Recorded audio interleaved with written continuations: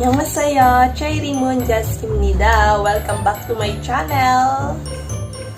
On our previous lesson, we talked about colors. Kung di nyo pa po napapanood, just click the link below para mabalikan nyo po yung ating pinag-aralan about colors in Korean. And for today's lesson, we will talk about how to say where is something or where is someone. So let's start.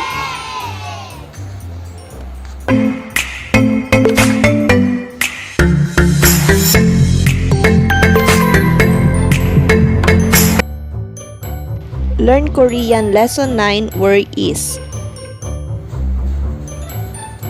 In this lesson, we will learn how to describe where things are with the particle e.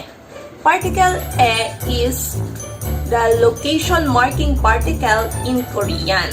It is put after the location noun.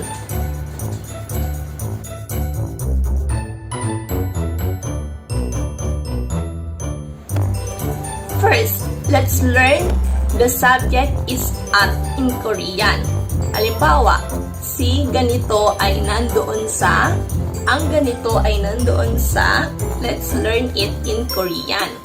Here is the sentence structure on how to say it. To say the subject is at, first we need to say the subject first, and then after that, the location with the particle e, and last is the itsumnida. Itsumnida is a formal verb ending declarative sentence in Korean that indicate that something or someone is at a certain place. For example,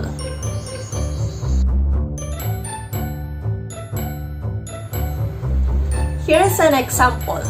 Tongmoli tongmolwone itsumnida. It means animals are at the zoo.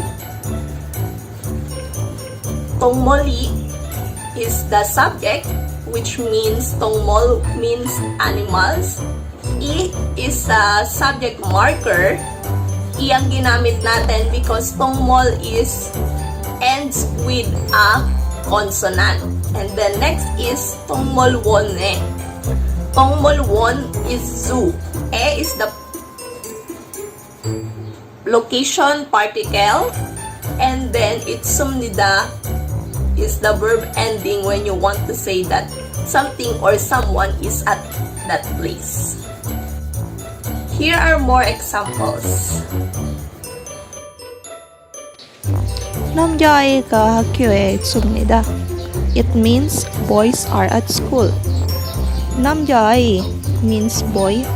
가 is a subject marker. 학교 means school. E is a location marking particle, and itsumnida, a formal verb ending to indicate that something or someone is at a certain place. 그 여자아이가 공원에 있습니다. It means that girl is at the park.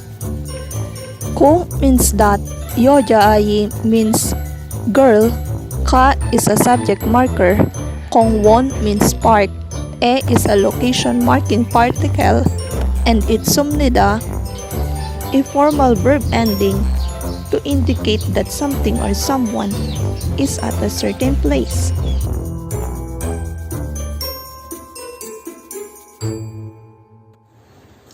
Now, let's go to the second part of our lessons. Paano naman po natin sasabihin kung wala yung bagay na yon o yung isang taong yun dun sa lugar na yon?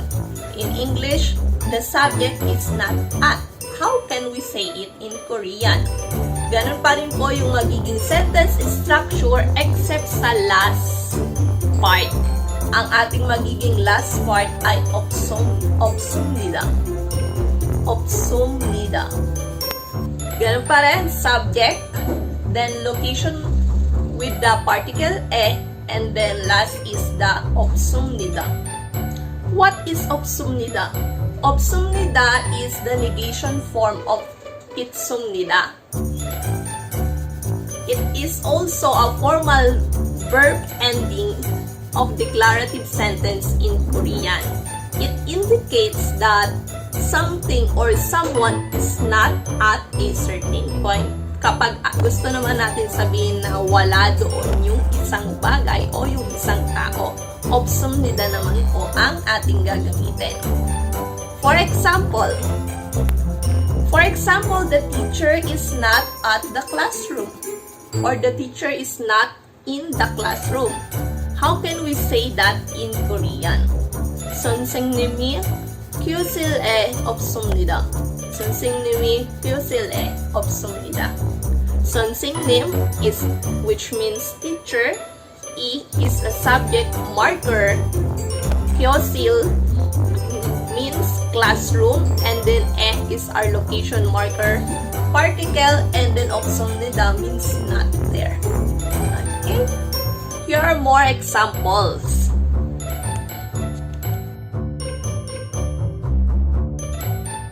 How can we say I'm not at the hospital in Korean? 저는 병원에 없습니다. 저는 means I'm. 병원 is hospital. E is the location marking particle. And 없습니다 means not there.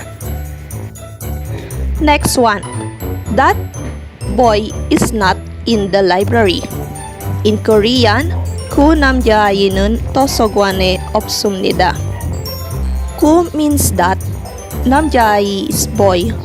Nun is a topic marker. 도서관 is library. E is the location marking particle. And 없습니다 means not there.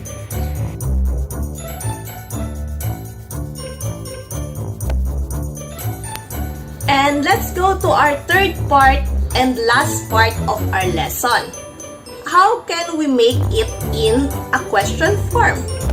Paano nga ba natin gagawin question form yung mga sentence na yon? Kung magtatanong tayo, is the subject at there, or in at that place? How can we say it in Korean? We will still use this sentence structure, pero babaguhin lang po uli natin yung last part. Subject, then location particle, location plus with the location particle and then ang huling part po ay magiging itsumnika. Itsumnika.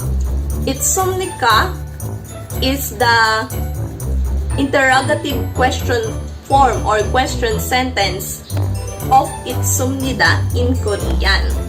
It is also a formal verb ending of interrogative sentence in Korean. It is used in the question, is that something or someone at that place? For example,